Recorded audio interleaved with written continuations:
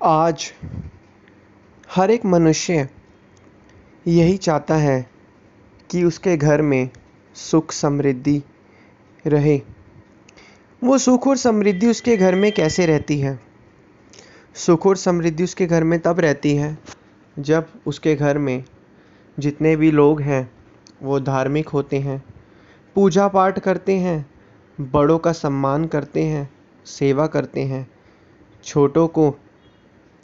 छोटों के साथ विनम्र होकर रहते हैं और धार्मिकता जो है उनके दिल में होती है। तो ऐसे में जिस घर में ये सभी चीज़ें लोगों के अंदर संस्कार होते हैं, उसी घर में सुख शांति और समृद्धि होती है।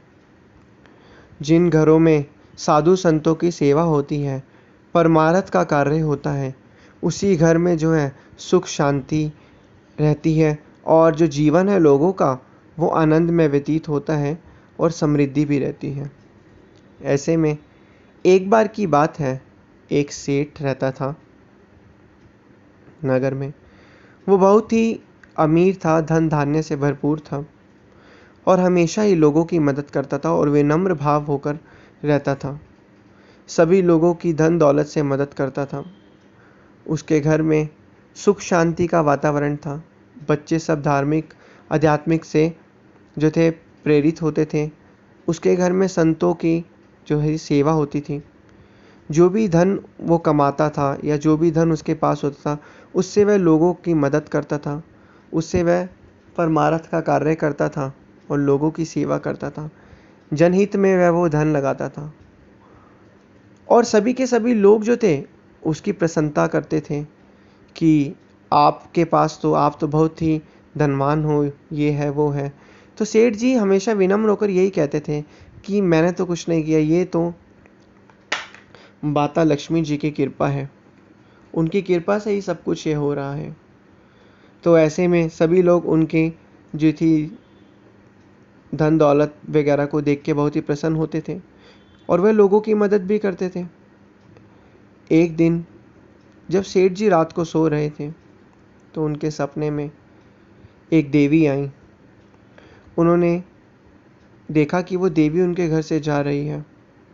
तो उन्होंने उन देवी को रोका और कहा कि देवी आप कौन हैं? उन्होंने कहा कि मैं माँ लक्ष्मी हूँ।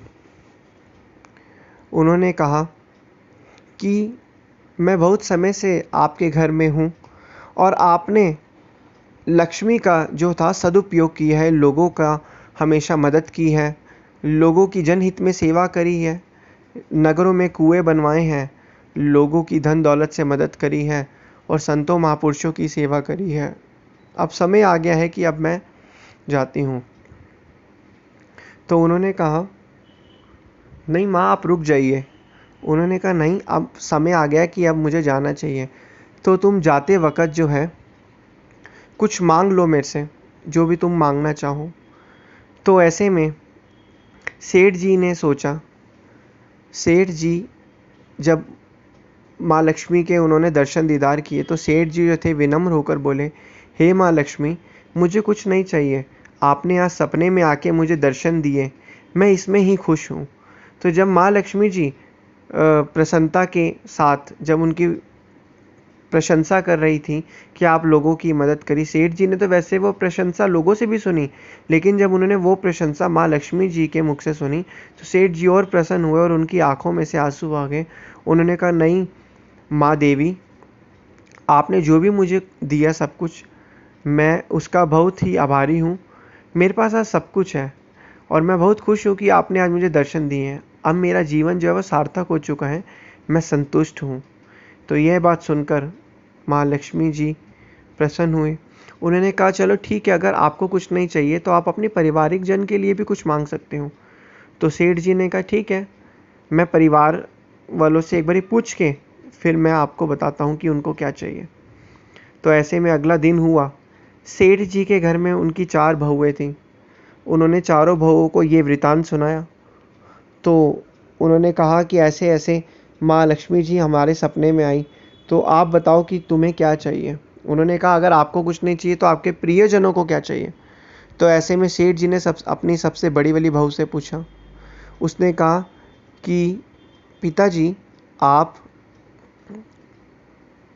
जो हैं माँ से यह वर मांग लो कि हमारे घर में हमेशा अनाज रहे, हमारे घर में हमेशा अनाज वगैरह भरपूर रहे, जिससे कभी भी हमें खाने पीने की दिक्कत ना हो। सेठ जी ने अपनी दूसरी वाली बहू से पूछा। उन्होंने कहा कि पिताजी, आप अनाज मत मांगिए, अनाज तो सड़ गल सकता है। आप माता रानी जी से जो है वो धन दौलत, जो सोना चांदी है, उसको मांग लीजिए, क्योंकि जब बुरे समय में हम उसको बेच के कम से कम उसको इस्तेमाल तो कर सकते हैं। फिर तीसरी बहू से उन्होंने पूछा। उन्होंने कहा कि पिताजी, सोना चांदी को आप ना मांग के रुपये और पैसों को मांगे, जिसका हम यूज़ कर सकते हैं, क्योंकि कोई भी चीज़ रुपये पैसे से खरीदी जा सकती है, उसको हम बैंकों में भी डाल सकते हैं। ऐसे में फिर जो उनकी चौथी बहू थी, जो सबसे छोटी बहू थी, सेठ जी ने उनसे पूछा। उन्होंने कहा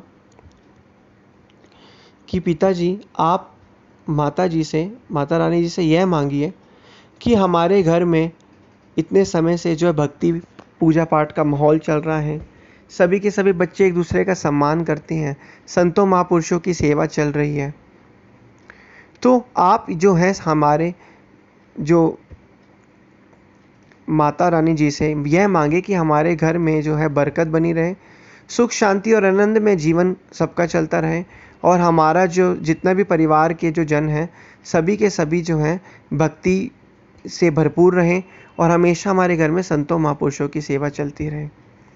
तो यह चीज़ सेठ जी ने जब सुनी तो उनको बहुत खुशी हुई, क्योंकि उनकी सबसे छोटी वाली बहू ने ये कहा था कि संपत्ति ना होकर भी विपत्ति के समय में अगर हम सब लोग आपस में मिलकर चलेंगे तो तब भी हम उस समय को जो है पार कर सकते हैं। तो यह बात सेठ जी ने सुनी। सेठ जी फिर सोए रात को। फिर अगले दिन फिर से माता रानी जी जो है सेठ जी के सपने में आई। तो उन्होंने कहा कि सेठ जी, बताओ आपने क्या सोचा। तो सेठ जी ने ऐसा पूरा वृतांत जो था माँ लक्ष्मी जी के चरणों में बताया कि इस तरीके से मेरी छोटी बहू ने यह कहा कि आप हमें जो है जो अध्यात्म से संबंधित जो है ज्ञान बख्शिए, हमारे घरों में संतों महापुरुषों की सेवा होती रहे, हमारे सभी के सभी लोग धार्मिकता से जुड़े रहें।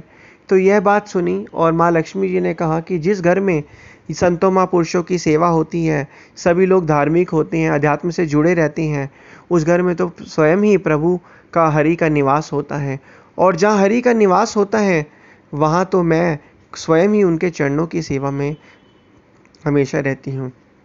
तो उन्होंने कहा कि सेठ जी, जिसने भी यह जो आपकी बहू ने जो वरदान मांगा है, वह बहुत ही चतुर, बुद्धिमान और आध्यात्मिक और धार्मिक साथ से जो है संपूर्ण है। तो ऐसी जो है सेठ जी ने बात सुनी। तो लक्ष्मी माता जी ने कहा, अब जब जिस घर में प्रभु स्वयं विराजमान है, हरि विराजमान है, जहाँ संतों महापुरुषों की सेवा होती है, वहाँ पे तो स्वयं ही हरि विराजमान होते हैं, तो मैं तो खुद ही स्वयं हरि की सेवा में हूँ, तो मैं भी अब फिर यहीं रहूँगी।